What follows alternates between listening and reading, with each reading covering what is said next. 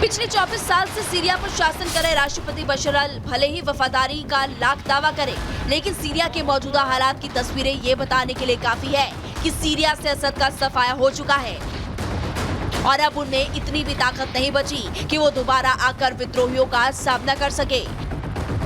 Bureau report, Republic Bharat. तो Syria में तख्ता पलट हो गया है, लेकिन अब आपको बताते हैं कि आखिरकार असद क्यों कमजोर पड़े।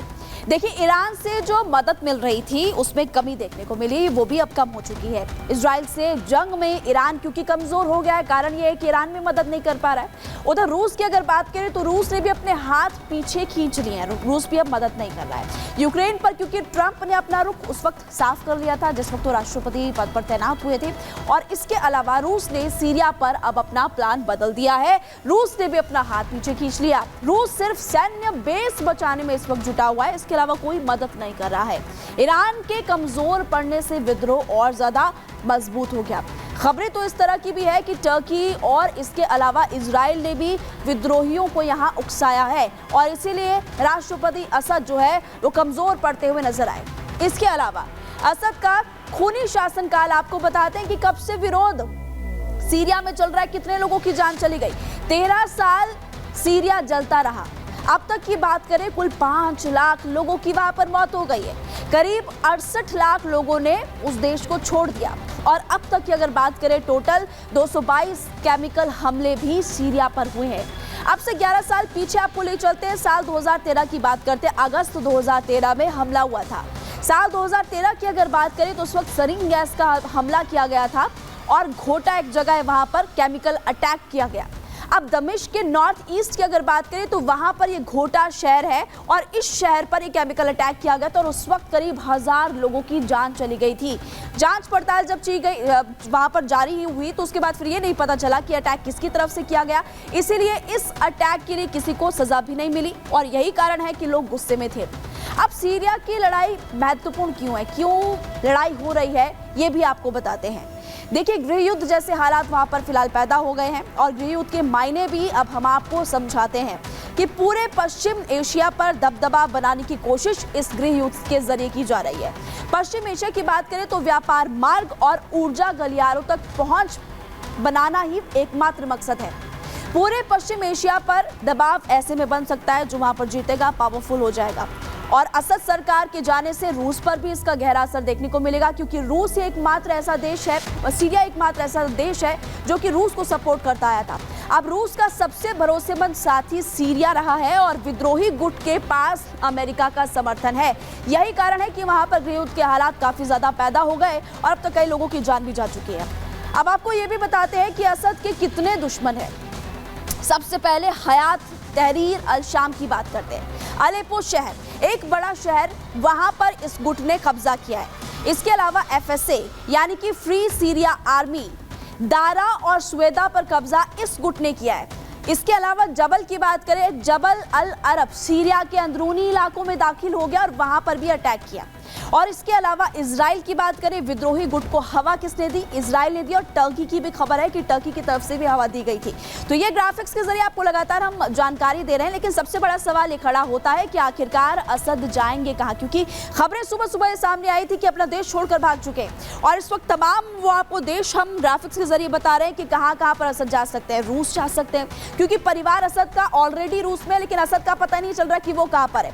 ईरान की भी जानकारी मिल रही है, ईरान के अलावा कतर और साथ ही आपको बता दें कि यूएई। ये तमाम सवाल खड़े होते कि वो जाते कहां पर है, क्योंकि अभी फिलहाल जानकारी नहीं मिल पा रही है। लेकिन परिवार की अगर बात करें तो असद का परिवार इस वक्त रूस में है, देखना काफी ज्यादा महत्वपूर्ण होगा। लेकिन आपको जानकारी दे दें कि अभी फिलहाल वहां पर हालात बेहद तनावपूर्ण बने हुए हैं, लेकिन वहां पर जो बच्चे हैं आखिरकार क्या कुछ कह रहे हैं, पर आपको सुनवा दें।